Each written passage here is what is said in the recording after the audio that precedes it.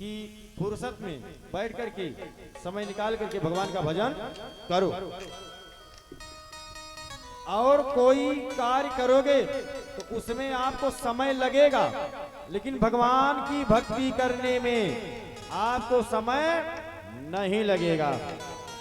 इसीलिए बाबा ने कहा कि बिना प्रभु कृपा से ना तो कोई कथा में आ सकता है और ना कोई कथा गा सकता है।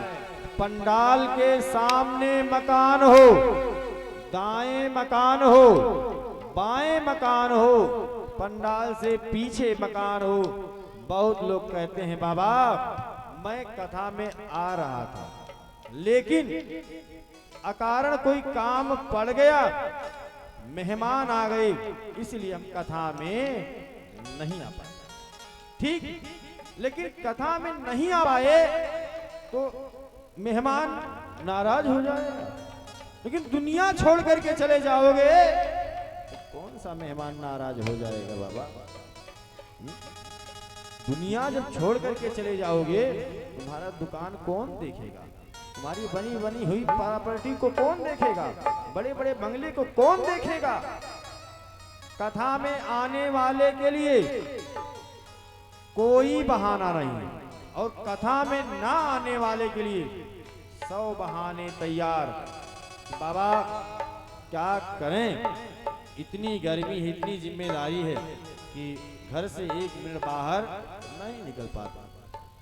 वही जिम्मेदारी आपको एक दिन बिना जिम्मेदारी को भेज देती है, विदा कर देती है महाराज, तब आपकी जिम्मेदारी कौन लेता है? कोई लेने वाला है?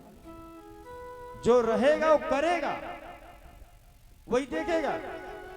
बाबा ने कहा अति हरि कृपा जाहि पर होई, पाँव देहि यहि मार्ग सोई। अति हरि कृपा जाहि पर होई, अति हरि कृपा जाहि पर होई, पावो देह यह मार्ग सोई, देह यह मार्ग सोई।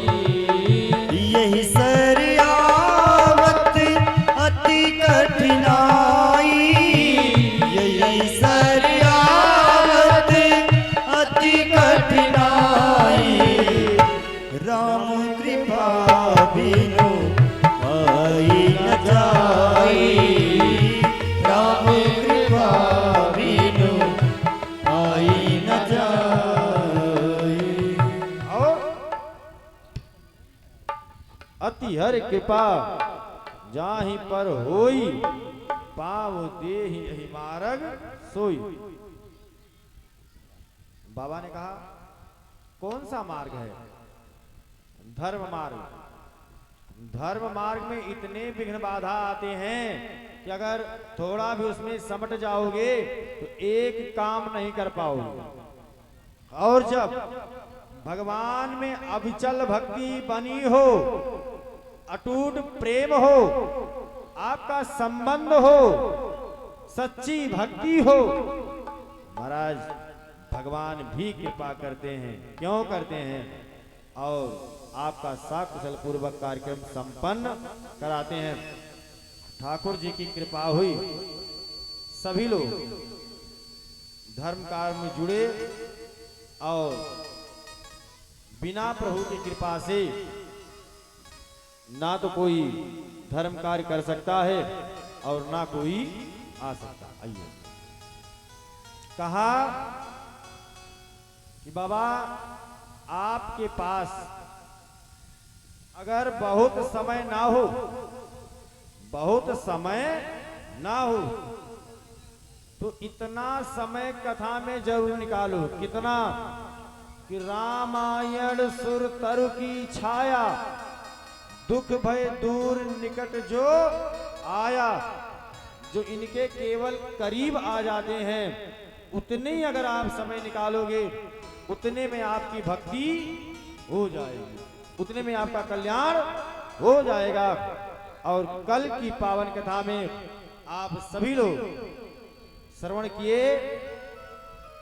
कल किसकी कथा सुने थे? कौन सी कथा गाई गई थी? हैं? भगवान बाल कृष्ण कन्हैया लाल के जन्म उत्सव की कथा बड़े ही धूमधाम से कल मनाई गई थी। आज गोकुल में नंद बाबा के यहाँ आनंद ही आनंद होगा। सभी लोग आनंद गाएंगे। बहिरन्ते पुरद्वारः सर्वा पूर्वदावितः। श्री सुखदेव जी महाराज कहते कि हे राजन, वसुदेव जी के कारागार में लौटने पर सभी द्वार बंद हो गए और बालक का रुदन सुनकर के द्वारपाल जग गए। जब योग रूपी कन्या वापस आए और जैसे कारागार में गए, कारागार बंद हो गया। वसुदेव जी के हाथ में हथकड़ी, पांव में बेड़ियां लग गई। द्वारपाल जो सोए थे सब के सब द्वारपाल जग गए और जब रोने की आवाज आई तो जाकर के द्वारपाल राजा महाराजा धीराज अत्याचारी, पापाचारी, दुराचारी मामा कंस से बताते हैं समाचार। इतने में कंस लड़खड़ाते हुए, केस खुले हुए, नेत्र लाल, भौहीं टेढ़ी, मारे क्रोध के ओर फड़फड़ा रहे हैं और कंस आ रहे हैं। और कंस जैसे ही योग रूपी कन्या को लिए महाराज, और पहले तो प्रेम करता है और जब प्रेम करता है तो माथा सूंघ करके आशीर्वाद देता है। देवकी हाथ जोड़ करके निवेदन करती हैं कि हे भैया, ना जाने आप मेरे कितने पुत्रों का वध कर डाले, ये आपकी भांजी है, ये आपका क्या बिगाड़ेगी? इसे छोड़ दो, इसे छोड़ दो। देवकी हाथ जोड़ करके कंस से निवेदन करती है कि आपकी भांजी है, इससे आपको भय नहीं है, छोड़ दो। कंस ने छोड़ दिया। पुनः बाबा नारद जी गए और कहे, अरे कंस, तुम बहुत बड़ी भूल कर रहे हो।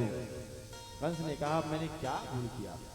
कहा, देखो, हो सकता है कि 8वें से भय था, ये कन्या है, कन्या का विवाह होगा तो इसका पति आपका काल हो सकता है, पति नहीं होगा तो इसका पुत्र काल हो सकता है। 8वें की शाखा है तो पति हो सकता है, पति नहीं होगा तो पुत्र हो सकता है, इसलिए इसको जीवित मत छोड़ो। कंस गए और झट से देवकी के हाथ से उठाए और पृथ्वी पर धराशायी करने का प्रयास किए और जैसे पटकना चाहे वैसे योग रूपी आकाश में उड़ गई और वहां से आकाशवाणी हो रही है, अरे मूर्ख कंस, तुम अपनी व्यवस्था करो, तुम्हारा काल अन्यत्र कहीं जन्म ले चुका है, तुम अपनी रक्षा करो। इतना बात सुनते ही कंस मारे डर के भयभीत हो गया, चकाचौंध हो गया। अब विचार करने लगा कि अब हम क्या करें। विचार में पड़ गया महाराज। और इधर नंद बाबा के यहाँ भगवान बाल कृष्ण कन्हैया लाल के जन्म उत्सव की बड़े ही धूमधाम से बेला गाई जा रही है, उत्सव मनाया जा रहा है। और नंद बाबा आज लुटा रहे हैं, क्या लुटा रहे हैं कि सर्वस दान दीन सबका हूँ और जो पावा तारा खा नहीं काहू। आज जो दान लुटा रहे हैं और जो दान पा रहे हैं वह लोग भी लुटा रहे हैं, वो भी दान नहीं ले रहे। क्यों?